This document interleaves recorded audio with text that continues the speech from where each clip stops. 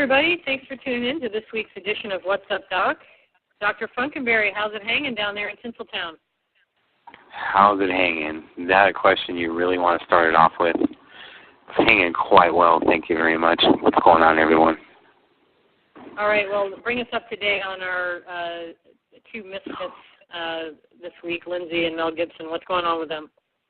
It's a good thing you don't have visual on this show yet, because I'm really rolling my eyes and I'm really tired of it.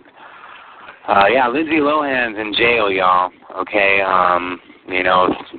glitter and confetti and all when she's walking to the courtroom, and she is serving her jail time of, oh my God, 14 days. Oh God, so hard, and she gets her little popping pills crap and doesn't get cigarettes, but she gets candy. And then I guess we'll be hearing about her doing rehab afterwards for 90 days. I'm so tired of it. And gets jail time in only 14 days. Oh, my God. Can we get on to Mel Gibson, please? Yes, please do. What's going on with him and his crazy ex-wife? Well, he's releasing more mixtapes than Drake and Lil Wayne combined. Now we have more audio of him kind of admitting to hitting her when she was holding the kid or tossing the kid around. Look, crazy likes crazy. This girl crazy, he's crazy. I mean, we kind of talked about a little bit last week is, guys, if a girl makes you crazy, don't get involved because this is the crap that's going to happen. I'm not saying that's all her fault. He is freaking insane. I mean, One Flew Over the Cuckoo's Nest should be making a sequel, kind of dealing with the whole Mel Gibson story. I'm tired of it as well. He hasn't done anything worth talking about, but here we are freaking talking about him for being insane and acting like his character in Lethal Weapon. And we're rewarding this, actually. Let's talk about something. We'll move on, but she's also being investigated on possible extortion charges. Oh, what a surprise. I know. She turned down $15 million. No, I'm not about the money.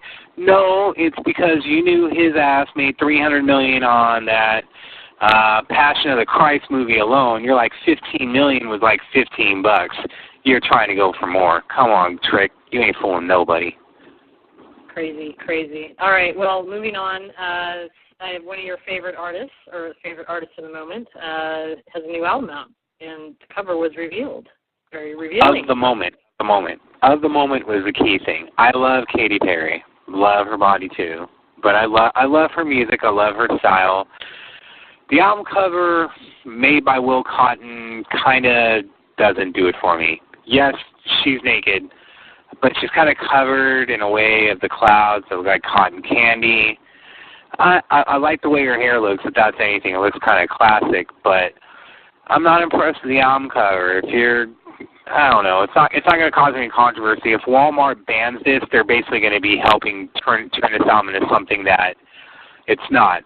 The cover doesn't do it. Hopefully the music inside is. Obviously, California Girls, you either hate it or loathe it, but you can't freaking escape it. This is true. All right, well, we also, a particular comedian this week who I watched get a public pap smear on television, very exciting stuff, got into a little bit of hot water in D.C. recently. Tell us what's going on with that. Yeah, Kathy Griffin. It's a girl who's trying to have more plastic surgeries than Phyllis Diller by the time she gets to her age, but it's hella funny. Let's not forget that. She said what everyone has said before after Scott Brown got elected in Cleveland and said, my daughters are single. He's kind of pimping out his daughters. She just kind of said that his daughters are prostitutes. And, of course, Elizabeth Hasselhoff from The View because, Ann Coulter is busy tucking her thing away. Just kind of goes off about it like, oh, it's rude, it's whatever. It's comedy. She didn't offend. I mean, the freaking guy said, my daughters are single when he's announcing that he won. What do you expect's going to happen?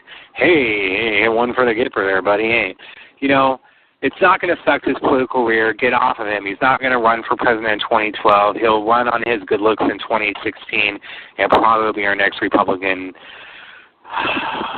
president. But Kathy's making a joke. She's a comedian. It was a somewhat semi-funny joke that made it to freaking catastrophic proportions. I know that Kathy's loving it. So, win-win situation for Kathy and Elizabeth Hasselhoff. You just look like a whiny little bitch again. As always, as always. All right, well, on the same comedy tip, Comedy Central is planning a roast for none other than David Hasselhoff. What's going to happen there? Oh my God! The two commercials where he's poking fun at himself are freaking hilarious. We've featured it on the site. It's doing quite well, bringing in a lot of traffic. So thank you for that. Lisa Lampanelli is hosting. Speaking of which, I think Kathy Griffin hosted the last one, and Lisa wanted nothing to do with it. She either wants to be Roastmaster or nothing. So David is going to get his Baywatch bathing suit burned to a crisp by Lampanelli. This woman, I don't know if you heard of her. If you've not heard of Lisa Lampanelli, you got to get her stuff. She is outrageous and will leave your mouth dropping, but it is funny. It is vulgar. But yeah, the Hasselhoff thing is going to be freaking funny coming in August is all I got to say about that. All right.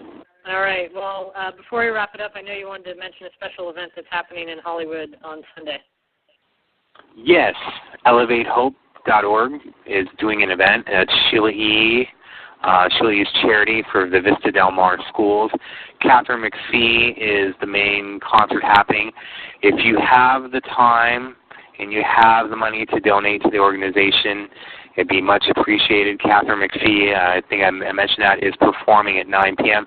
Tickets start at $75 and they go up. It is to a very good charity, and you know that Sheila will probably be giving away a lot of stuff during the show, raffle tickets, so on and so forth, to make it worth your while. So if you're able to attend, really appreciate it. And thanks to Prince again. On a side note, just related to Sheila, for sending us some news about him playing a gig in Paris earlier this week, yesterday I believe, which was really cool. And also, one last thing, nothing to do with Elevate Hope, but she may be there. Tamar Kaprelian, her album comes out August 24th. You know we've been on her, and now Ryan Seacrest is on her. You know you heard it from us first. There's going to be big things popping from her, and you may just see something in Elevate Hope from her as well. All right. Very cool. Very cool. Well, thanks, everyone, for tuning in to this week's edition of What's Up, Doc. Have a great weekend. How's it hanging? And keep it funky.